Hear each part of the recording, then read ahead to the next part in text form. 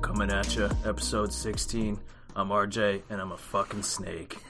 Jesse, Andy, I'd like to just take this moment to apologize for trying to do that last episode without you. Didn't realize how horrendous it would be. Peter, obviously not much of a help, so glad to have you guys back. Could you ever forgive me?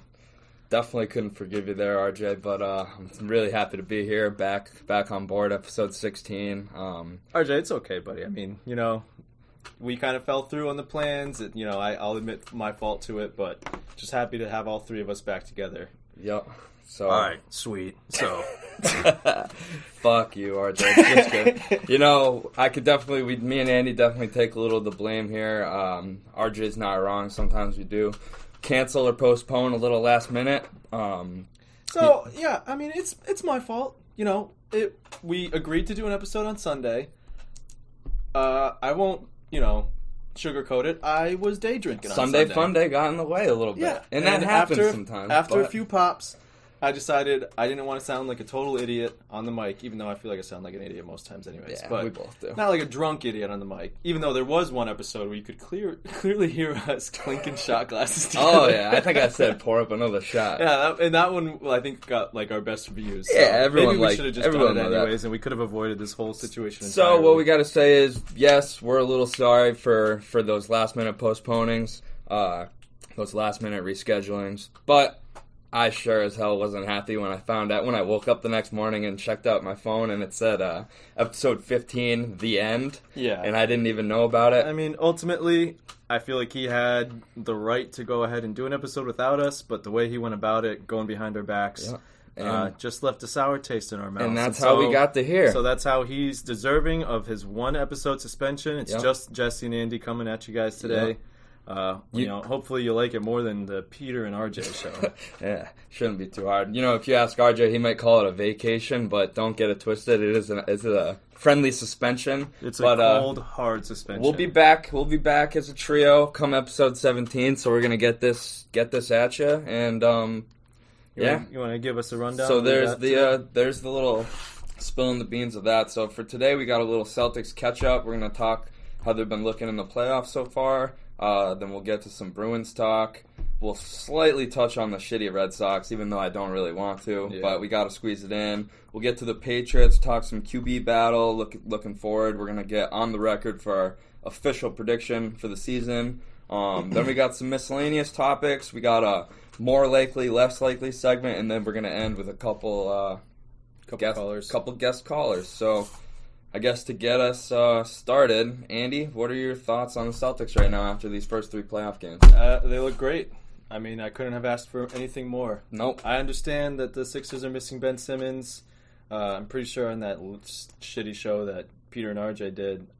Listen to it. They talked about how the Sixers might be, or they at least entertained the idea of how the Sixers might be a better team without Ben Simmons. I think that's an asinine take. That's horrible. I mean, obviously, if Simmons was on the floor, I still feel like the Celtics would have taken the first two at least. I would have liked the Celtics. It's hard to 5 or 6 maybe if Simmons was there. Sure, I still liked our chances even with Simmons in the picture. Gordon Hayward goes down. I thought that was a pretty big blow, but I feel like last night they really rallied and still showed that they still made it happen with their key players and their role players. And I understand moving forward, Gordon Hayward's probably going to be a pretty big loss. Definitely. But, as far as this series go, it's pretty much in the bag, up 3-0. I agree with most of what you just said, but I will say I was very down in the dumps. We will touch on Celtics-Raptors round 2 matchup, but I got to say, after watching them play last night and the remainder of Game 2 without Hayward, I have a little bit of hope for what the Celtics can do in round 2. We won't get into predictions just yet, but I mean, you can't really ask for much more after 3 games, up 3-0.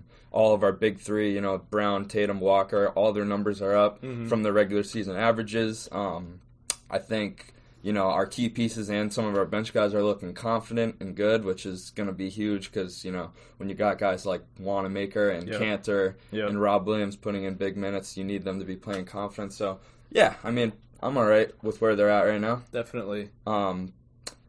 So if you had to say a thing or a person who's impressed you most through the first 3 games, I mean, for me, it's probably got to be Jason Tatum. It's obviously Jason Tatum because, I mean, he balled out in the first 2 games. Right. And, his presence obviously just makes a huge difference every time he's on the floor. He didn't Absolutely. play that well yesterday. Shot 6 of 19, finished It's like with 15 he didn't points. really need to To me, the most important thing is it looks like Kemba's back in full form. I couldn't agree more, honestly. And we wouldn't have lost that game if Kemba had any sort of lingering knee issues still going on, Yep. or if he was on any kind of minutes restriction still. Yeah.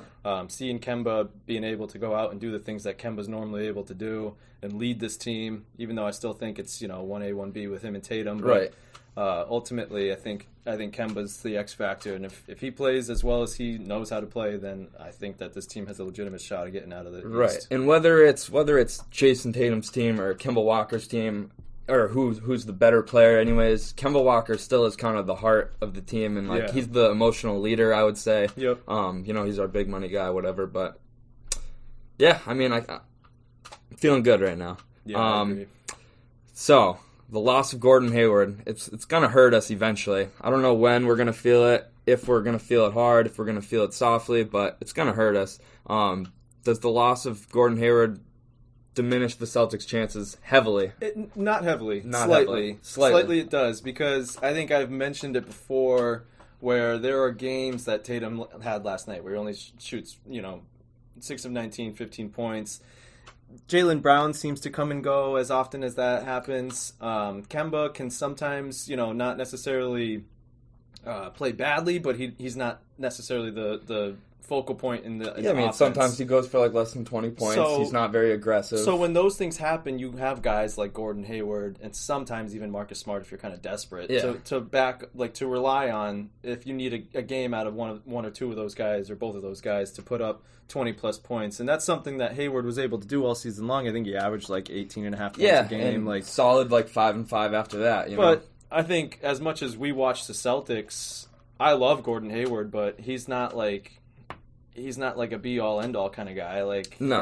He's a role player. I know he's a starter, but he's essentially behind Kemba, Tatum, and Brown at this point. So, for sure. I think it does hurt them slightly because if we do get into one of those offensive funks where we're not really sure who's going to be the one taking over games and scoring the ball, missing an offensive piece like that it's not going to help your chances by any means. But I still think that this team has the weapons to roll through most of the playoffs, and we'll see when it comes next round. Yeah, to piggyback off that, I would say originally my initial reaction when I heard Gordon Hayward was out 4 weeks, I was like, damn, the Celtics are screwed for this round 2 matchup against the Raptors. But the more I think about it, it does only diminish their chances slightly, definitely not severely. Gordon Hayward out, it's just a depth thing now. Because we're going to have to ask these guys like Wanamaker, like Cantor, even Langford or Grant Williams have been getting minutes out there. So instead of, Langford riding the pine or Williams riding the pine, now they're going to be thrust into the lineup.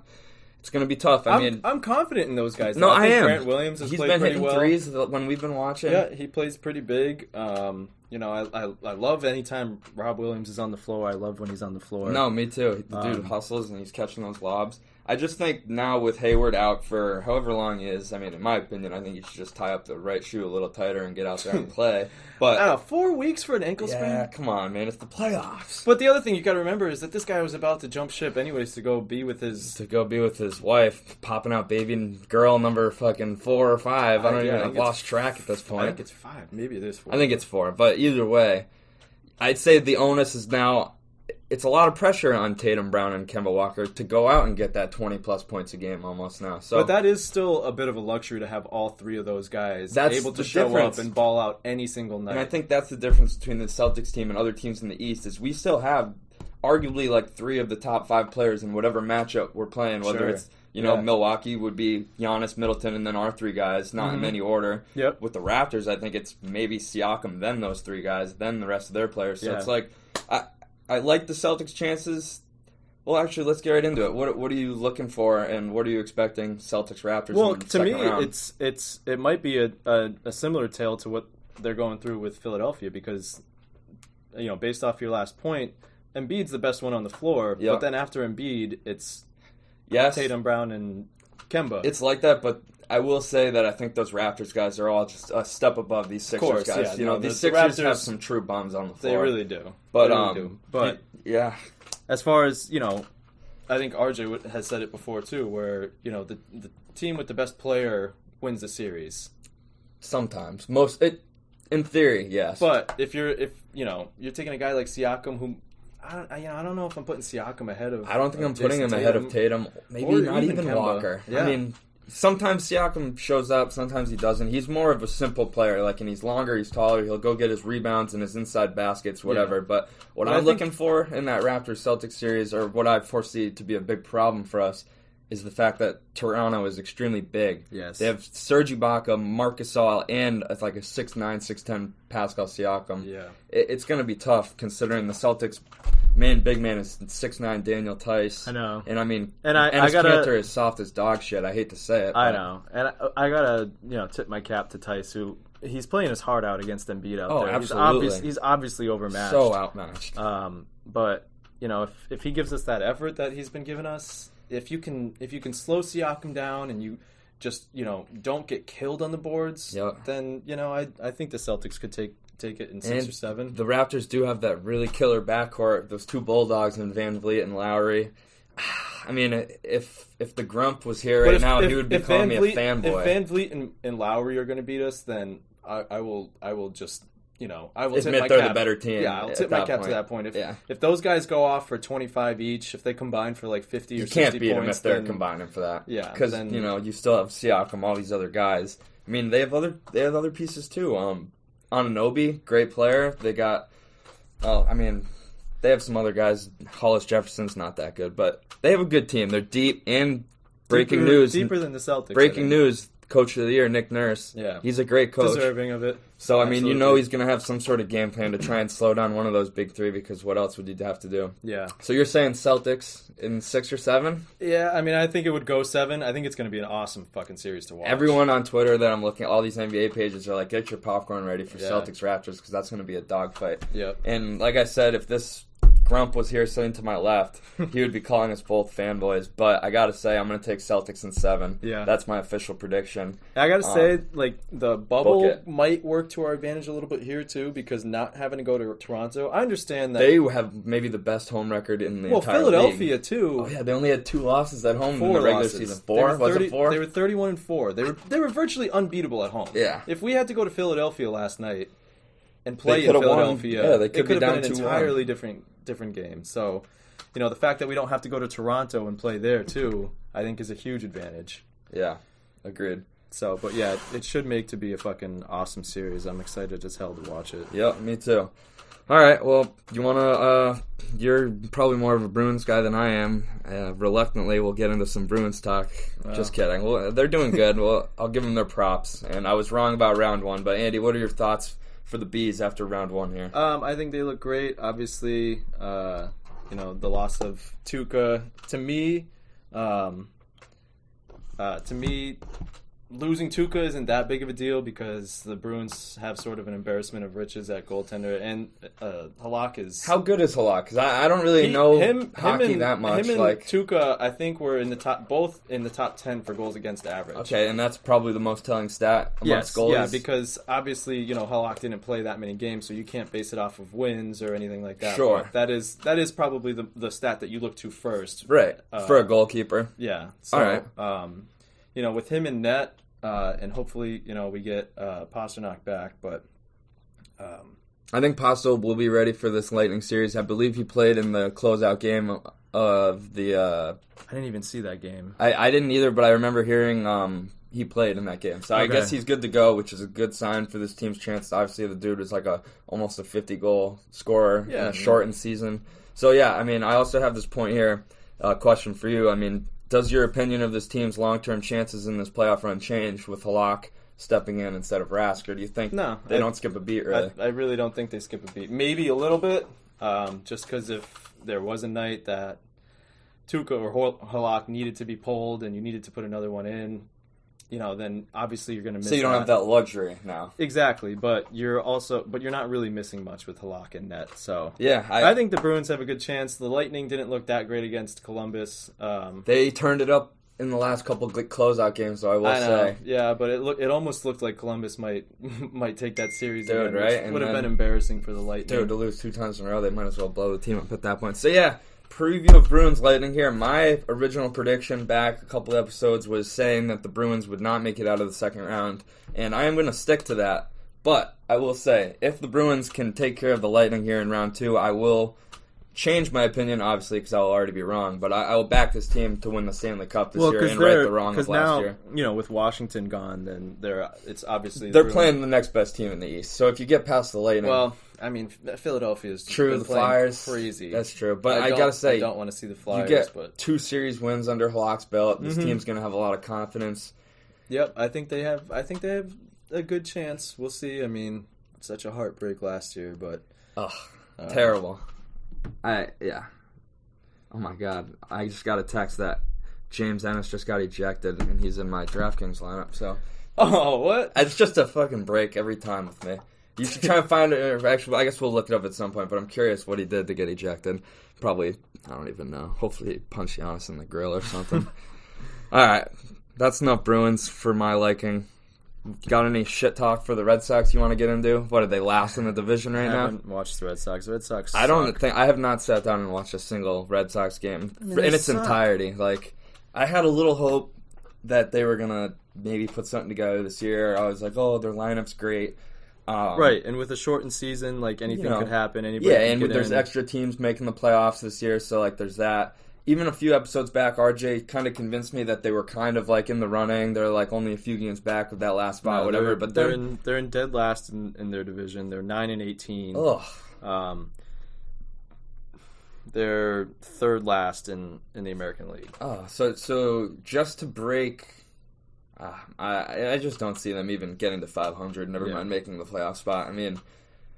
So apparently they made this move. They traded 2 of our relief arms, Heath Hembry and Brandon Workman, for this starter from the Phillies named Nick Pivetta. And I saw on Twitter, Rich Keefe has a buddy who's a great Phillies fan, and Rich Keefe's like, "Oh, what's your thoughts on Nick Pivetta?" And this guy's like, "Oh, I didn't even know he was on the team." Oh, good. So that's good. Just trade away 2 of them. So he'll fit. And Rich Keefe goes, he'll fit in just fine with the Red Sox. Like an already depleted bullpen. Ugh.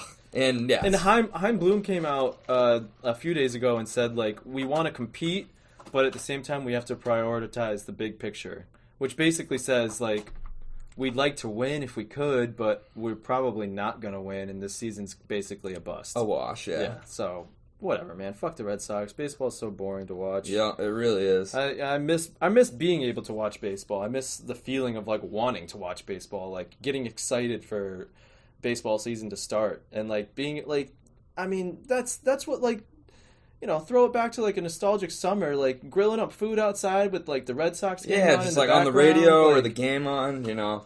I mean, that was when I really loved baseball. Fuck, they won the title 2 years ago. Yeah. It just seems like a world ago. I know we covered it a couple weeks ago when sports were coming back about how baseball just shat all over themselves, like, when it came to being able to be the only sport to come back and actually, like, maybe drawing being the first one back, again. you know, like having a whole regular season to look forward to, and they're kind of shit in the bed. I actually had this thing going on in the MLB. You saw the thing about that guy Fernando Tatis, who's got like 12 homers already. Mm-hmm. He crushed the crushed the 3-0 pitch in the 8th inning and hit a dinger, and then, you know, I think someone chirped at him from the other team dugout, or maybe the pitcher or the coach even. Post-game. So then this not poor guy, but this kid's he's a young rising star, and then after the game, in the interview, he apologized for it, and then all these MLB players came out. All these MLB players came out and were like, you know what, kid, like, you had nothing to apologize for. They need to throw a better 3-0 pitch if they don't want you to crush it. Like, keep hitting dingers. I think it came out that he missed a sign. He missed the take sign on it. So he sees a fucking meatball coming right down the pipe. Why not? Swing away, kid. Dude, yeah. Hit a dinger. So, I can say kid. I think he's younger than me. Dude, pad your stats. I mean, this kid he's jumped onto the scene. He might be the best player in baseball right now. He's at least the leading home run race right now. Yeah, I'm pretty sure he's like in first for a whole bunch of other stats too. Yeah, so I mean, I haven't heard of him before this year. No, but that's exactly what's wrong with baseball. Though. I mean, that's so soft. I'm so sick the of unwritten rules. I'm so sick of hearing that. Like, the unwritten rules. Like, what are you supposed to do? It's not like he fucking bat flipped after he jacked that home run. Yeah. Like, he hit a pitch that looked like a good pitch to hit, and he took it yard. here's an idea, Rangers. Don't be fucking down 7 runs. Honestly, be better. Scrubs. I don't know. Baseball, you know how we stand on baseball at this fucking podcast show. Garbage product at the moment. Soft. I'd love to see it get back to what it was in I don't know how you get it there. 2013. I loved watching that 2013 run with the Red Sox. Baseball was awesome. All through the 2000s, like the Yankees-Red Sox rivalry was still alive and well. You had great pitching on both sides, great bats. It was just it was fun. Man. I think the only way to bring it back is to just administer steroids to every player. Yeah, mandatory steroids. Yeah, no.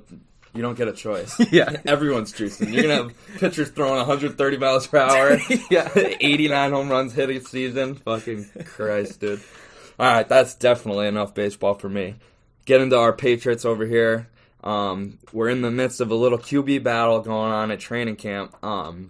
Many people think it's just between Cam Newton and Jared Stidham. Stidham, by the way, who just got hurt. Yeah, what happened? So look up the exact injury. I heard he's... I don't know exactly what it is. It may be like a week-long injury or like he's going to be day-to-day, something like that. But you also got old Brian Hoyer creeping in the background with a creepy little smile, trying to get that starting job too. I'm not worried about God, Brian I don't Hoyer. know if I could watch the Pats this year if Hoyer's their starter. But yeah. I don't know. I mean, for me, the fan in me really wants to see Cam Newton be somewhat of a shell of himself and win that job. Because I think the Pats have the best chance to win with Newton at quarterback. I really do. If Cam Newton is fully healthy and good to go, I think Josh McDaniels is going to have a lot of fun scheming an offense. A motivated Cam Newton, too. For sure. Feeling disrespected as hell. Yeah. And I actually think we have the pieces that are going to complement Cam's game pretty nicely. You know, we've got couple good pass catching backs out of the backfield. Yep. James White. He's still got a blanket back there in James White. Yeah. So, I mean, I can see that play working almost every time. It worked so often in Baltimore with Lamar Jackson and Mark Ingram, where you just roll out. They have to honor Cam Newton because he can obviously run just as well as anybody else, and then he just dumps it off to somebody down low. I mean, I think I'm excited to watch this Patriots offense. I think it's Cam's job to lose at this point. I'm not worried, especially since Stidham's. Yeah, he's already. It said he's dealing with a leg/hip injury. You know what this just highlights? Like, I don't mean to bring Brady up, and I know Brady's gone, but it's like, fucking, this dude's already getting injured. Like, Brady was the most durable fucking guy. Like, we never had to worry about injuries with him other than when Bernard Pollard was on the field. Yeah. And the Patriot killer. But I don't know. It just like kind of highlights. I mean, you know, what I'm not gonna fault the guy for getting hurt. No, you're right. I'm not trying to fault him either. I guess that's coming off a little wrong. But I know what you're saying at the same time. Like, if you're really serious about competing, then like, I don't know. Yeah. I'm not saying don't get hurt because that's a stupid thing to say. Just don't get hurt. You know. Yeah.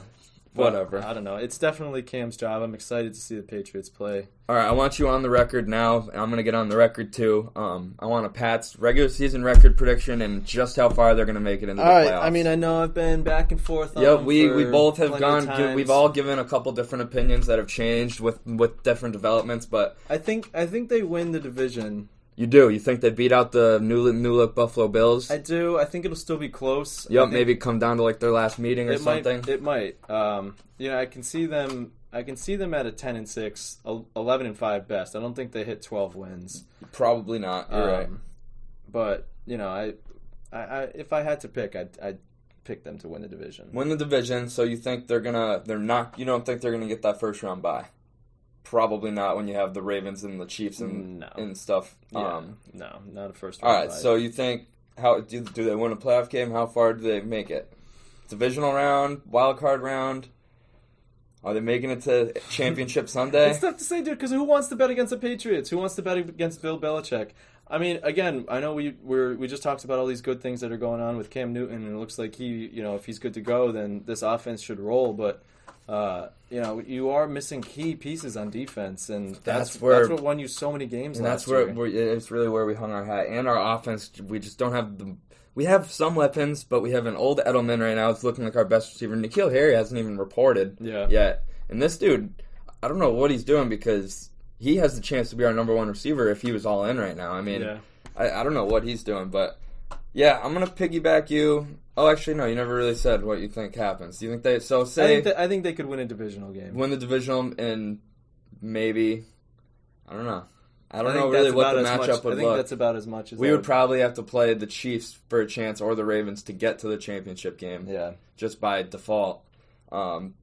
Yeah, I'm going to be bold here. I'm going to stick with you on the record. I think they go 10-6 this year. A strong 10-6. They lose to some of the good teams. I think they take care of business most of the time.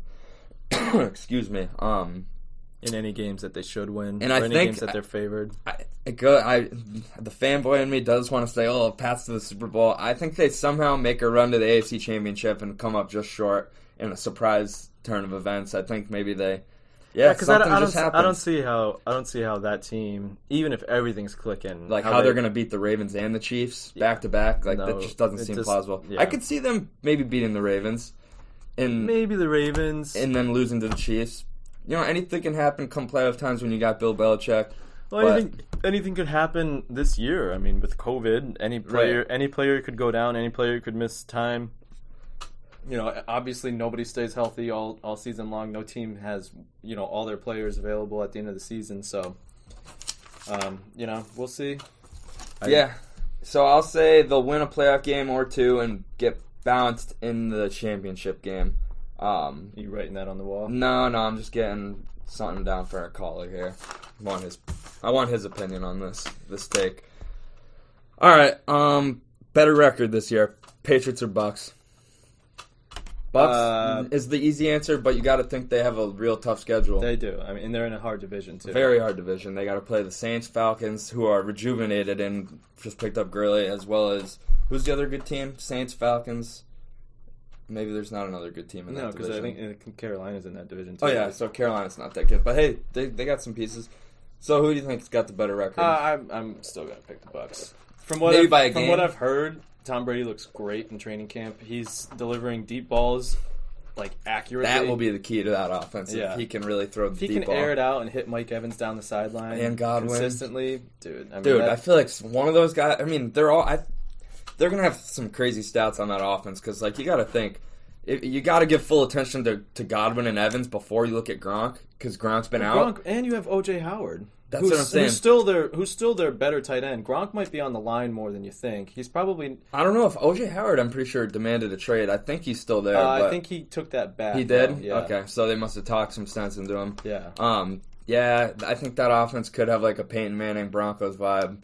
Yeah, and I do think Brady's better than Manning was going into that year. And they do have better weapons right now. You mean the year that Manning set all those records? Manning, I think Brady was a better quarterback still than Manning. Did not have the arm strength at the time. Well, yeah, and he wasn't in as good a shape, even though he was younger in comparison.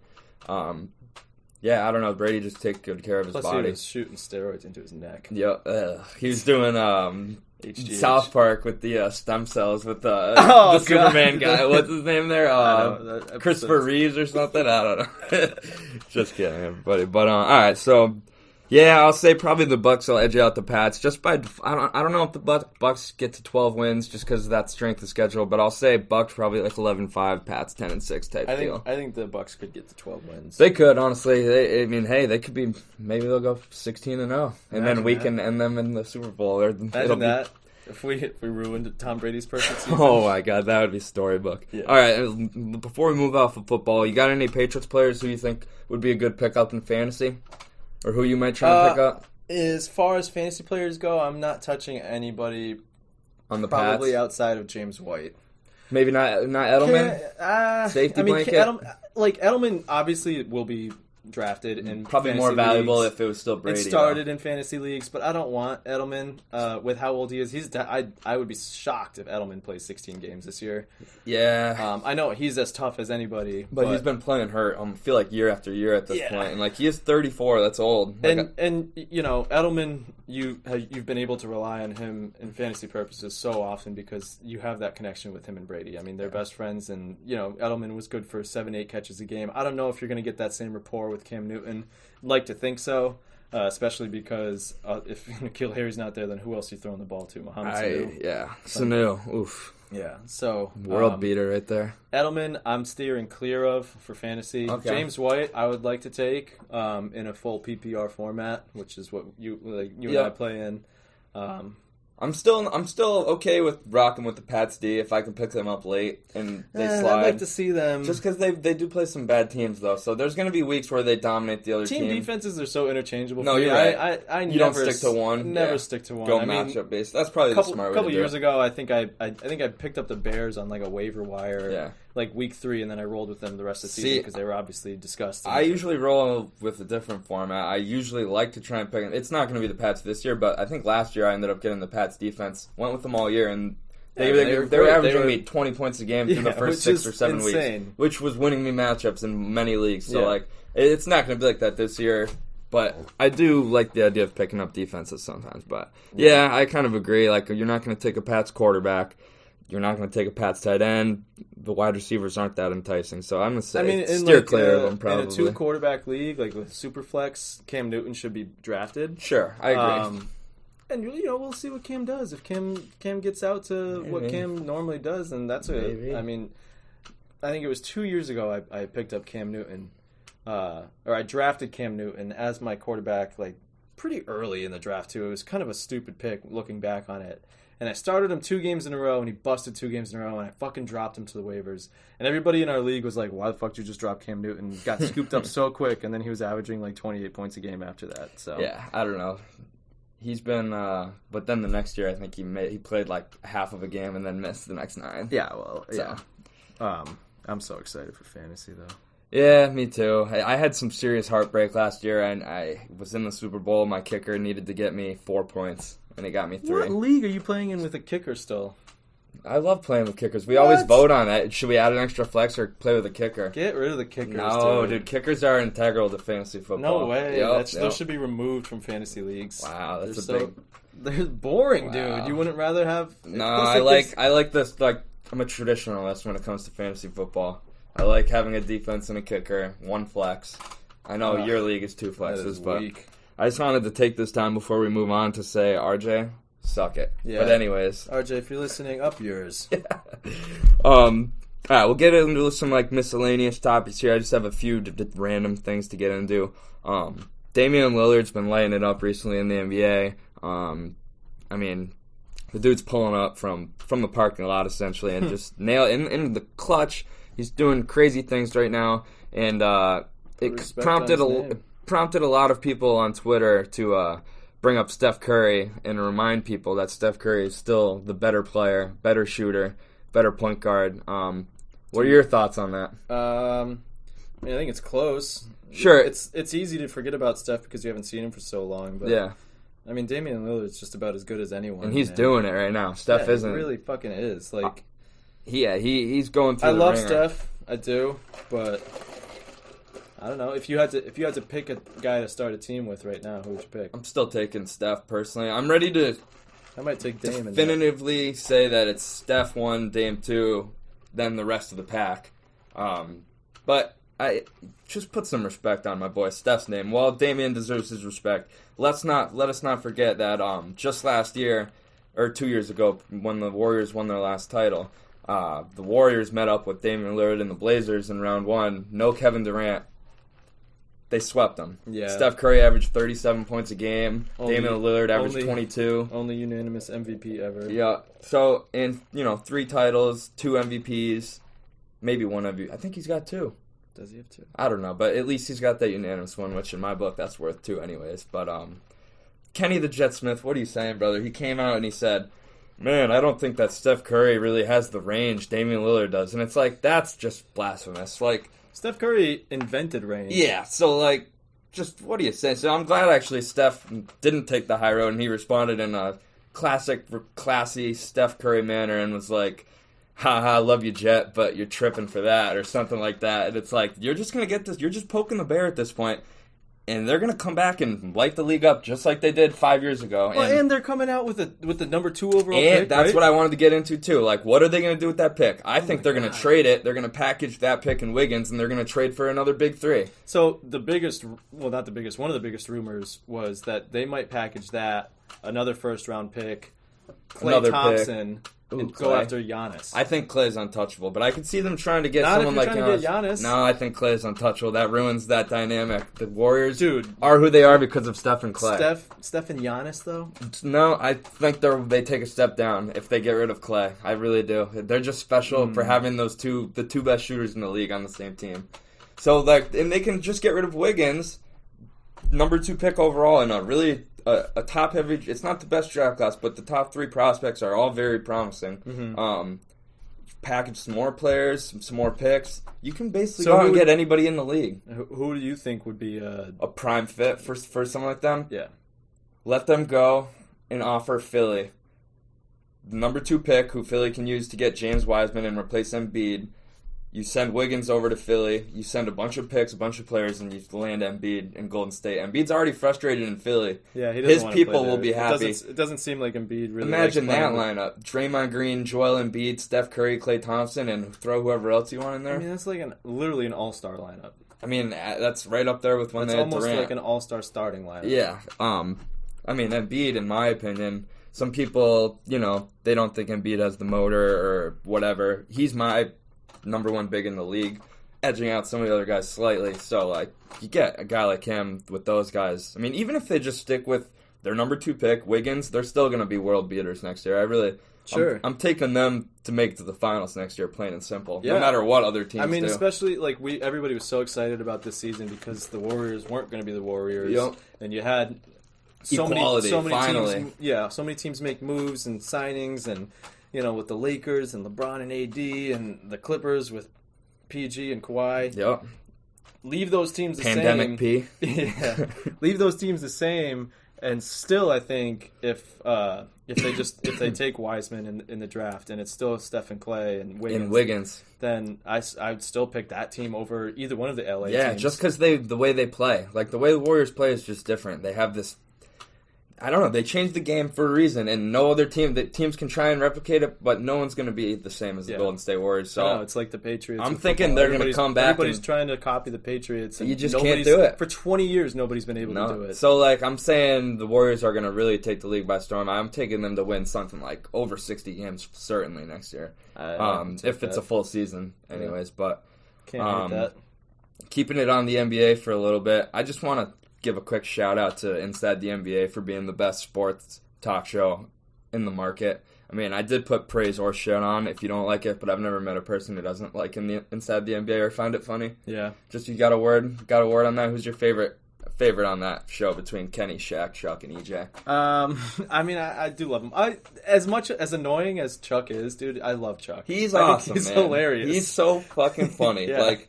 And the dynamic that him and Shaq have is all time. Yeah, I forget who they had on that show before Shaq. Shaq's probably only been doing it for 5-6 years now because he's pretty fresh out of the league. But regardless, what a step up that has taken. It's cool. You don't see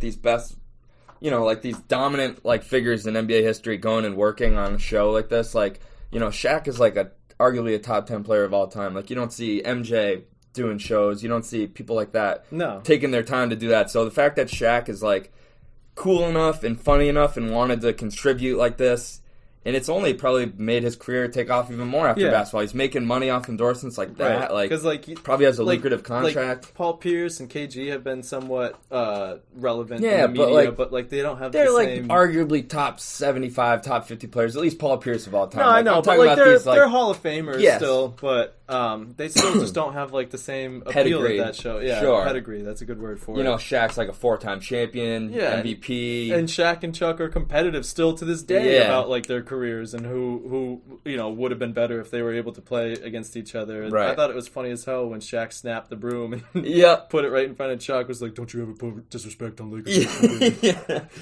That's a good. He really has the deepest fucking voice. Yeah. Shit. Inside the NBA, keep it up. You guys are fucking awesome. Yeah. NBA is just awesome. Yeah. Through all of this, right now. and from getting sports taken away from us. Not a single positive test in that bubble. No. To this day. And the product is almost as good as it... I think it could be better basketball right now. You're seeing some awesome stuff happen on the court. Yeah. I'm loving it. It's tough because, having 17,000 screaming fans in an arena, obviously brings... something that you can't really replicate, right?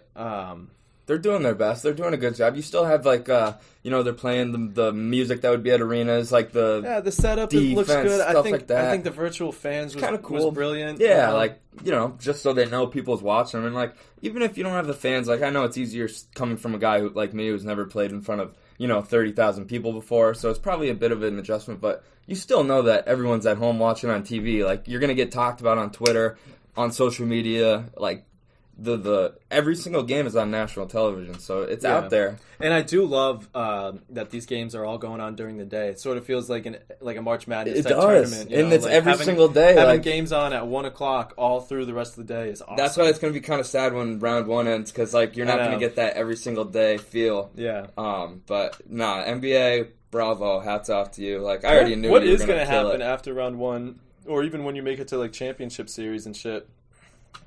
For like start times, like is the West Coast just gonna have to suck it? Like, are they gonna just be playing at 8 o'clock on the East Coast, and probably West Coast is gonna have to watch at 5? They're gonna probably appeal to these players. They're not gonna make them play at 11, 12 o'clock, at night. Yeah. So I mean, East Coast is gonna love it, and the West Coast isn't. I could see, when it comes to maybe not round 2 because there's still gonna be 4 series going on, something like that. So. It'll be a little more spread out, but I don't even know what I was trying to say. I lost my train of thought. Well, suck it, West Coast. NBA, hats off. I already knew you were going to come through like that because you're the best sport out there.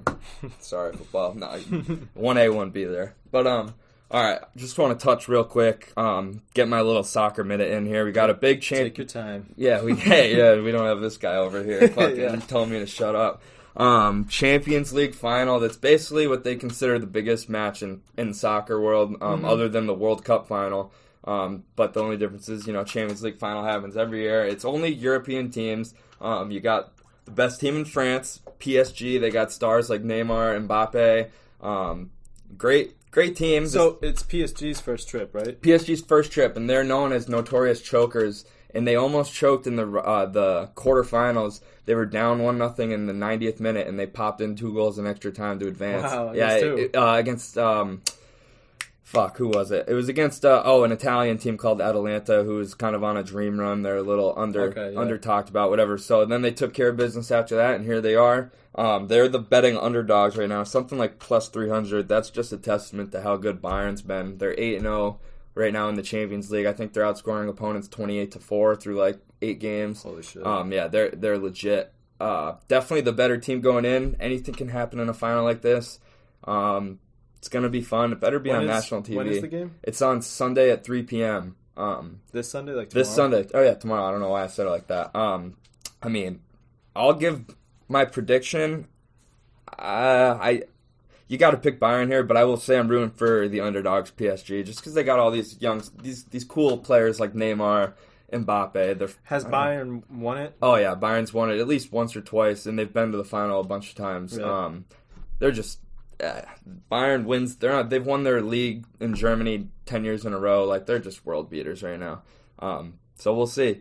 They also have a really cool player. Bayern's, one of their top few players is a 19 or 20-year-old from Canada. He's a left back. His name's Alphonso Davies. He's unreal. So it'll be fun to watch. Hopefully it's on national television because they've been making you buy CBS All Access. I haven't been able to watch any of these games. Yeah. To watch the Champions League? Yeah. And normally it's always on like TNT. Maybe it's because there's basketball right now. I know it's sometimes on like NBC, SN, or FS1. I haven't. It's all you have to buy All Access CBS. So I'm guessing the Champions League final they'll have it on like maybe NBC regular or something like that. So if it's on, I recommend you tune in and watch. It's going to be a good game. Hopefully, Bayern did beat Barcelona. Messi's Barcelona 8-2 to get here. That. So maybe it could be a blowout. But all right, we're going to move on to a segment that we haven't done yet. We've done stuff similar, but we're going to call it the more likely, less likely segment. Me and Andy each have 2 topics. We're going to ask each other about what we think is more likely to happen than the other. And I guess I'll start with my 2 questions. You can start with one, then I'll go. Oh, so we'll do a little zigzag here? Sure. All right, so what is more likely to you? The Patriots going 12-4 this year or the Bruins winning the Stanley Cup? Bruins winning the Stanley Cup. Really? And yes. No, I guess I can't really say that. It's hard. It's hard. I mean, that's a good one, right? Yeah, because I I said I didn't think that the Patriots really stood a chance of winning 12 games. If they beat a couple if they win a couple of those games that they're supposed to lose, though, 12-4 is not too much of a stretch. I'm still going to take the Bruins. Yeah. Though. Just because they were the best team coming into the bubble. They played like shit once they got there. They look like they're picking it up now. Looks like they're getting back into form, and they were so damn close last year. You got to know that, I mean, obviously every team is hungry for it, but right. You got to figure that, like, especially with the veterans. Yeah, like, the clock's ticking on some of our players. Yeah, like Chara's, this has got to be Chara's last year. 43, still skating around. That's fucking crazy. Bergeron's not getting any older or fast or any younger or faster, so I again, and the fact that they were playing so well before the restart happened, right. I still think that they're. You think maybe they can get back to that level? If they can get, if they make it to the cup, then they win the cup. Yeah, if they make it past Tampa and Philadelphia, then they basically win, unless fucking St. Louis somehow shows up there again and upsets them like they I'll should. agree with you on that one. If I was given that question, I would probably say Bruins win Stanley Cup too. Really? You think that's more likely? Hardly. Just you got me thinking though that they're looking really good, and you reminded me that they did win the President's Cup. They were the best team by like a good margin in the regular season. Oh, yeah. They still have that. They still got the names on the roster. I was shitting on them a little bit, but I'm coming around slightly. I'll say funny because like their run last year too. When they in that Stanley Cup final series, their first line was garbage. Yeah, so barely putting production out there. If Marchand, Bergeron, and Pastrnak all play to their Krejci's been killing it in the playoffs too. That's big. That second line, we have two great lines. Our first two lines are fantastic. The first line is the best line in hockey. Arguably, yes. I know Tampa's got something to say about that, but it's right up there with. I would say it's a top 3 first line for sure. All right, yeah. So we're in agreement there. You got one for me? Yeah, I do. I got more likely or less likely that Tom Brady leads the Bucs to a division title, or that the Chiefs make it back to the Super Bowl. Just make it, not win it? Yeah. That division is tough. And it's basically between them the and Bucs the and Saints. New Orleans. Well, I'm just going to say, don't sleep on Atlanta. But it is between the Bucs and the Saints. But I'm going to say it's more likely that tough. I'm going to say it's more likely that that Tom Brady leads them to a division title. You don't see teams repeat in the NFL very often, and I think that if the Chiefs make it, they're just making it I back. think if the Chiefs make it back, they win it. But you got to think they got to go through somewhat of a gauntlet, potentially, in the AFC when you have the Ravens, you got the well-coached Patriots, and the Titans almost beat them last year. Let's not forget. They had them on the ropes. I don't know where you can really realistically put them, but like Big Ben coming back to the Steelers. Yes, I forgot about the Steelers. Big Ben has apparently been looking good. Shout out my buddy Ernie. The Steelers, did they make the playoffs or did they just... They just missed it because I think Juju dropped it. Rudolph. Yeah. What was the other guy's name? Nobody fucking knows. It's on but their defense is stout. They have a great fucking defense, and with Big Ben coming back, if that offense gets back to rolling the way that they were for a few years while Big Ben was still there, then... I'm not saying that the Steelers are a huge threat, but you never fucking know what can happen. And I do think it is really hard to make it back to the Super Bowl twice, especially since they were so close 2 years ago too. Yeah. So, yeah, I would say that it's more likely that the Bucs win the division. Yep, me too. Just because it is kind of just it's a 2-team race. I'm starting to think that the Saints are ready to fall off. For some reason, that's what I think. Don't count my Saints, dude. I'm not saying like completely fall off, but I'm taking a drop in form. Like I think they've been putting out like 12-4, 13-4 records, or 13-3. Yeah, just like easily. I don't know. I see the Saints falling to something like 10-6. Maybe the Bucs win it out by division, but that race is going to come down to their head-to-head matchups, in my opinion, because they got 2 games against each other. Yeah. What are they going to do with them? Those are going to be crucial. All right, so here I got another one for you. More likely or less likely? Well, what's more likely to you? Tom Brady wins MVP or the Celtics make it to the NBA Finals? I think it's way more likely that the Celtics make it to the NBA Finals. Really? With all those weapons in Tampa and Tom Brady, your inside sources telling you that Tom Brady's looking so good. Yeah, he's playing out of his mind, but I guess I can't say way more. The Celtics really got to go through the gauntlet if we want to talk about a team going through the gauntlet. Without Hayward, they got to make it through Toronto and Milwaukee. Or Miami, which both are equally tough in my opinion. Yeah. But Brady winning an MVP at 43, that just seems like so improbable to me. Yeah. Especially with all the young studs in the league now. Like, I know, but I mean, if that's a passing offense, you got to think Brady could go easily for like 45 touchdowns. That's maybe easily 45 touchdowns, but no, that but offense he could is so easily good. Go for like 35, and they were maybe 40. They were a pass heavy team last year, and now look at their roster. I mean, he's going to have a lot of fun in Bruce Arians' system down there. Yeah. And I think, he's going to have all the opportunity to be the best player in the league, but I mean, Mahomes is still Mahomes, Lamar is still Lamar. Christian McCaffrey, I thought should have won MVP. How hungry do you think in my opinion, Tom Brady's thinking in the back of his head, I'm going to win this MVP this year at 43, and I'm going to be I've been getting shit on the last couple seasons since we won the Super Bowl, saying that I'm falling off, this and that. I think in the back of his mind he's pretty hungry for individual success as well as his team success, and I wouldn't be surprised if Brady's hunting for an MVP, as well as his quest for another Super Bowl. That's tough. Everyone here knows that I'm a Celtics fanboy. Celtics make it to the finals. It's hard to say it's more likely that Brady wins MVP. It really is, but say it. I'm going to say I think it's a little, slightly more likely that Brady wins MVP. I don't know what the betting numbers are on that. I would love to see what his odds are, but we'd have to pull that up. Yeah, I'm not going to. I don't know. I just think like I said, with the young studs in the league. But again, Celtics have their work fucking cut out for them. Yeah, they really do. That's a good one. Yeah. That's a good one. All right, let's hear it. Last one. All right, last one. I think you'll like this one. More likely or less likely that one of the 1 seeds make it out of their respective conferences. Let me rephrase that. Yeah. You think it's more likely that the Lakers make it to the finals, or more likely that the Bucks make it to the finals? Whew, that's a doozy too. I'm gonna say I think it's more likely that I think it's more likely the Lakers make it to the finals. Really? I know I came out with my tweet saying that it was my way too early takes. It was only after game 1. I just think some of these teams are looking beatable in the West where I didn't think they looked beatable. So you got the Nuggets kind of faltering right now. Mm-hmm. There's no way I would take the Jazz or Nuggets over the Lakers in a series. I think the Lakers would be playing the winner of Houston and Oklahoma City. I also don't see any chance that either of those teams beat the Lakers. Houston's so small. Houston's so small, man. I feel like Davis is going to put up 40 and 20 against them. They've been so small against every team that they've played. I know, but if the Lakers can get past the Blazers, I think they're going to cruise to the finals, or at least to the conference finals. I know what you're saying. Because the Rockets are quite literally 100% live by, die by the 3. Yeah.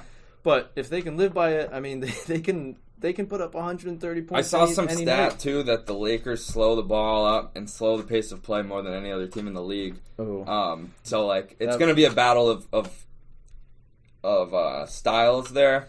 I just think the Bucks are not as far ahead on paper than the Lakers are in their conference. So, and the Bucks have to go through Miami, who they lost them to Magic already. I think the Bucks are looking somewhat beatable if there's a team that can stand in their way. They're going to have to put a lot of effort to beat the Heat, and then they have to go through no doozy of a conference final, and it's either going to be the Celtics or the Raptors. I think the Bucks, I'm not picking them to get out of this conference. I'm really not. Yeah.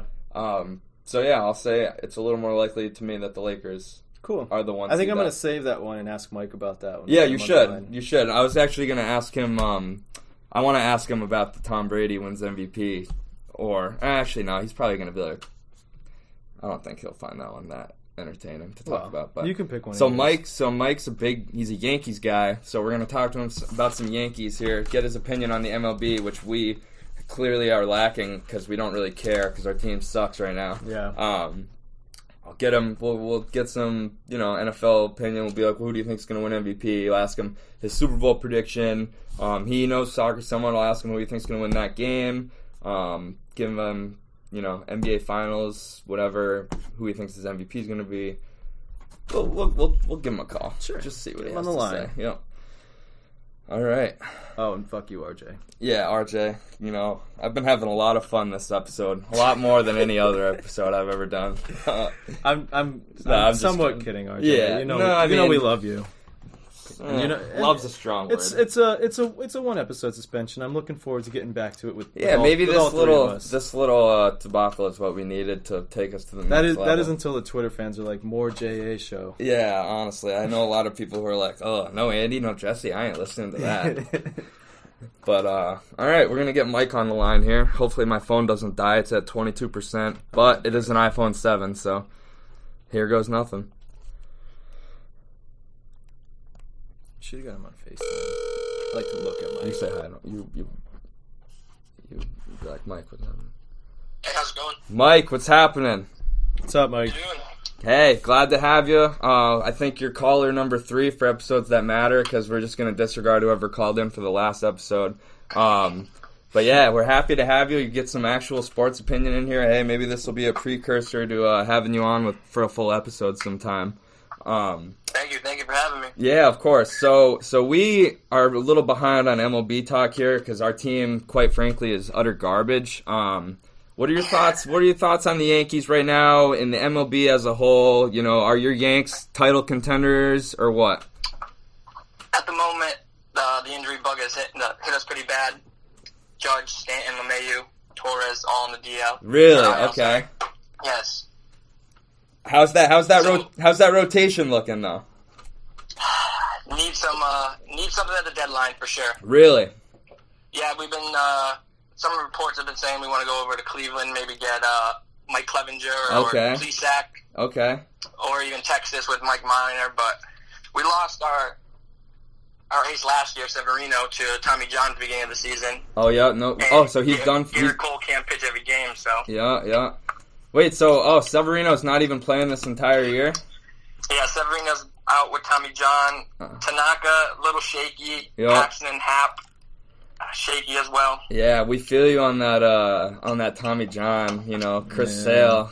He would have been our savior, sure. Right? No, the Sox are just utter garbage. What was I gonna say? Oh, hey, is Aroldis Chapman still closing games over there, or did you guys move on from that bum? Chapman came back about a week ago. How's he? He had COVID. He had COVID? Shit. Yeah, he was asymptomatic. He was good, though. He was posting, videos on Instagram of him training, working out, right. Going 100 miles an hour. All right. We'll turn the page here. We got a more likely, less likely. We started a new segment today. We just finished doing it, but Andy's going to ask you what you think is more likely between these two things, and we want to hear your opinion on it. For sure. All right, Mike. So Jesse was pretty stumped on this one. I'm kind of stumped on it too, but you think it's more likely that the Lakers make it out of the West or more likely that the Bucks make it out of the East? I think it's more likely that the Bucks make it out of the East. Really? Okay, we got a split room here, kind of. Andy was on the fence. I was Team Lakers only because I think some of these teams in the West aren't looking too good. You know, before this, I thought the Nuggets were supposed to be this really good team that might make it out of the West. They look horrible right now.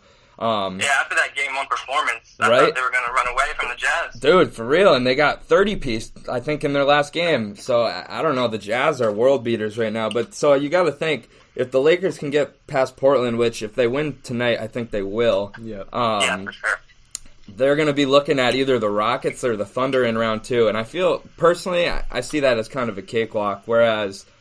No, how is that a cakewalk? Against Houston, I don't think it's a cakewalk. Yeah, I don't know. I just think if we can play Houston, I think Anthony Davis just has to really take over because Houston plays small. Yep. I don't really see P.J. Tucker guarding Anthony Davis. No, I was saying he's going to have an absolute field day. There was a matchup that those two teams had at one point early in the season, and AD absolutely dominated. Yeah. Yeah, for sure. And, I got to say, the Blazers must be the toughest matchup for a guy like Davis when they got Whiteside and Nurkic out there. True. And they're bringing in 3 7-footers. Yeah. Anytime they want. Yeah, so, and he's still doing his thing. I thought the Lakers looked a little beatable at first, but I think they're getting their pieces together here. No doubt, for sure. But the reason... I believe, is Rondo coming back? Rondo, he's there providing emotional support. I'm not really sure. I think it's an undisclosed amount of time until he's back, or he's day-to-day, whatever. I don't know. Maybe he'll help them out, but I think the only reason I picked the Lakers was because I think the Bucks are going to have some trouble with this Miami team. That Miami team is very good. Yeah, they're deep as hell. They got big men, some big men who they can throw on Giannis. So I don't know. I think that's going to be a little... And they're pretty young, and I think the bubble helps them a lot, too. No fans, where they could just go out AAU-style basketball and just throw up 53 pointers. Exactly. Yeah, and you got a guy like, I think Duncan Robinson even touched it. He's like, hey, man, I came from a D3 school, so I'm used to shooting in gyms with no fans, blah, blah, blah. So it's like, I don't know. Shout out him, though, coming from Williams College out in Massachusetts. But, all right, turning the page there, let me get your opinion on who you think you're going to see in the Super Bowl this year. Actually, we'll start there. What you got a Super Bowl matchup here for me? I know this is probably cliche, the typical one, but I really see both these teams having great years and heading there. So I got the Chiefs versus the Ravens. In the AFC Championship, Chiefs Ravens. Yeah, I got the Chiefs Ravens AFC Championship. Okay. I got the Chiefs coming out of that. Okay, right. And then in the West, honestly, I'm going to take the Seattle Seahawks. Oh, I love that. Love that. That's. Pick. I think we're both. We still have to get that pick in. I think Jesse and I talked on our last episode. We were going to go in on a bet to pick them to win the Super Bowl. Yeah. All right. So who would you? I think. Yeah. Russell Wilson. He's been training hard, playing well. Yep. I think he goes and finally gets his MVP this year too. Oh, I love that. So you're I was going to ask you about NFL MVP. I love that Russell Wilson pick. I got to take Russell Wilson. I've always been a pretty good Russell Wilson fan. Yeah, always me too, man. He's just a good guy. You know, he's raising Future's child better than Future is. Which is funny. 'Cause you kind of feel like anytime the Patriots play against a team in the Super Bowl, that team is forever a rival. And you hate that team forever. But I have so much respect for the Seahawks. I do. I like Pete Carroll. Yep. I like Russell Wilson. I like that whole organization. So I like that pick too, Mike. Hey, so who you do take in the Super Bowl? Unless I cut you off and you said it, but so Chiefs Seahawks, who you got in that? I think this Kansas City Chiefs have a great organization over there. Andy Reid has built around Mahomes pretty well. They got a pretty great defense, and I see them going back to back. Wow, the elusive back-to-back Super Bowls. Very hard to repeat. Yeah, I mean, hey, man, it's all signs are pointing to that probably happening. I mean, you saw the Chiefs were on the ropes a couple times, and then they just flipped that switch instantly. Like, I think they were down 14-0 to, or even 21-0 to the Texans, and then bam, they go like 28 straight points. Yep. I mean, they're just an offensive machine. I'm going to take the field. I won't even give you who I think is going to win the Super Bowl, but I'm going to say that I'm going to pick, if it was the Chiefs versus the field, I'm going to take the field this year. I don't think they get that back-to-back, but it's not too crazy to think it's going to happen, so I like that pick. All right, we got some other stuff here. How about Champions League Final tomorrow, 3 p.m., PSG Bayern. We don't need a whole analysis, but who you picking and a quick reason why? Both great attacking teams. A lot of talent. Go Bayern on this one. Yeah, I was the same way. You know, PSG has those star names, you know, Neymar and Mbappe, but Bayern is just a well-oiled machine this year. It's crazy. Yeah. All the way from Neuer to Lewandowski. Yep, and you got that boy Davies on the left back slot, and he's a stud. That'll be a great matchup if Yep. Mbappe's over there, or even if Neymar even goes out to the wing. Yeah, I mean, shout out Davies putting on for our continent, right? For sure. Yeah. All right, let's see. Celtics are looking like they're going to be playing the Raptors in round 2. Thoughts on that series? I mean, if Kemba Walker can play like Kemba Walker played last night, Yep. I see us taking the Raptors to probably 6 and heading to the Eastern Conference Final for sure. I love that. Yeah. I love that. I gotta say I'm nervous, and my main reason for concern here is, one, obviously the fact that Hayward's going to be out either the whole series or most of it, so our depth is going to be coming to the forefront. But, you know, the Raptors are just a big team, you know, with Gasol, Siakam, Ibaka. So that scares me a little bit when our best big man is Daniel Tice coming in at a whopping like 6'9", I know. like 200 pounds soaking wet. But no, I'm going to piggyback you. I'll take the Celtics. I said Celtics in 7. I think Andy said 6 or 7 too, so... Yeah. Yeah, I said 7. Pretty much echoed what we said. As long as I think Kemba's the X factor. Yep. If Kemba shows up the whole series, then I think we handle that. He seems motivated. He's finally on a winning organization. He wants to keep playing. That's why he came here. Yeah. I love the guy. You know, and you know what I love so much about Kemba is that like he's able to defer and admit that Tatum and Brown are so good, where like Kyrie just wanted it to be his team. Like he probably didn't like when people were complimenting them. I don't know. Shout out Kimball Walker was a for great that. fit over there for sure. Oh, yeah. Just a great leader. All right. And On this Celtics talk, the draft lottery was a couple nights ago. 14th pick for us. Lottery pick. What do you think we're going to do with it? 14th pick, lottery pick. I bet we'll keep that pick instead of trading it. I haven't. So I know this draft's a little top heavy where you got Wiseman, LaMelo Ball, and Anthony Edwards out of Georgia. I haven't really looked into who else we can get, but I would say look for the Celtics to pick up a big man at the 14th pick there and try and pick up one that can actually help right away as opposed to someone like Taco Fall that they got. But yeah, or even like Robert Williams too. Right, he's pretty good, but just instant. You can't really rely on him at this point yet. Like he has those flashes, but yeah, I agree. You think they keep it or you think they trade it? I think they keep it. I think they keep it, but it would be. Go ahead, Mike. I was gonna say I think they keep it, but what does Danny Ainge do with our draft picks?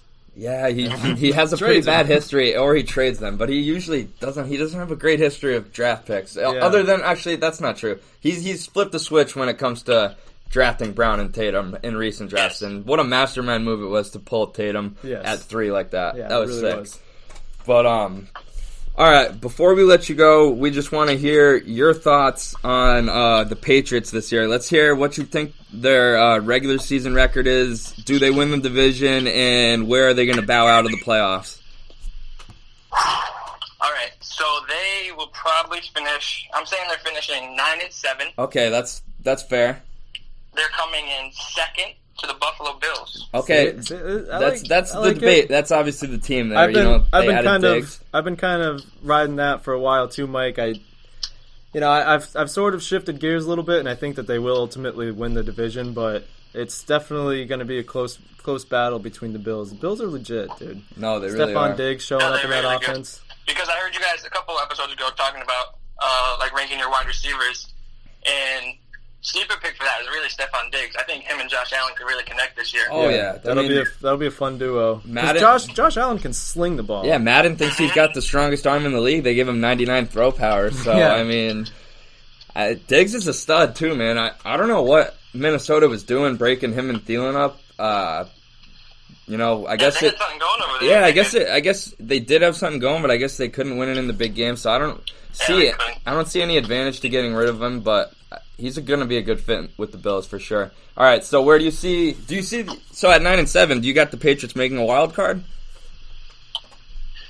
I see them sneaking in, yes, but I don't see them going far in the playoffs. You think they win a game? Yeah, they win the game. All right, so they win one. So they're going to win one game, and then they'll probably have to play Baltimore or Chiefs. Play either Baltimore or Kansas City, where you'll take them to get beat. Yeah, I think they're going to get beat in that one, but I think they could take the wild card game. Yeah, that's fair. Hey, you are a Pats fan, right? Because I know you got some New York blood in you. No, yes, I'm a Pats fan. So what are you, Celtics, Pats, Yankees? Celtics, Pats, Yankees, yeah. I can respect that. All right, Andy, you got anything else for him? No, not really. One quick little side note, Mike. A couple weeks ago at Jesse's at a socially distanced gathering, somebody came up to me and looked me dead in the eye and said, "Hi, Mike." And I was like, not Mike. Not Mike. And she looked at me for a second. She's like, "Wow, you're not Mike." I was like, "No, but I've heard it before. Like, I've heard from many people that I guess you and I may have been separated at birth." But just It's different now. I think unless you change up your glasses, I changed out my glasses a little bit, so maybe it'll be. No, I still got the black square frames, but I hope you grew a beard out like me. But yeah, I got it a little longer now. Yeah. Well, you're quarantine's been having me grow it out a little bit. Yeah. Very handsome, Mike.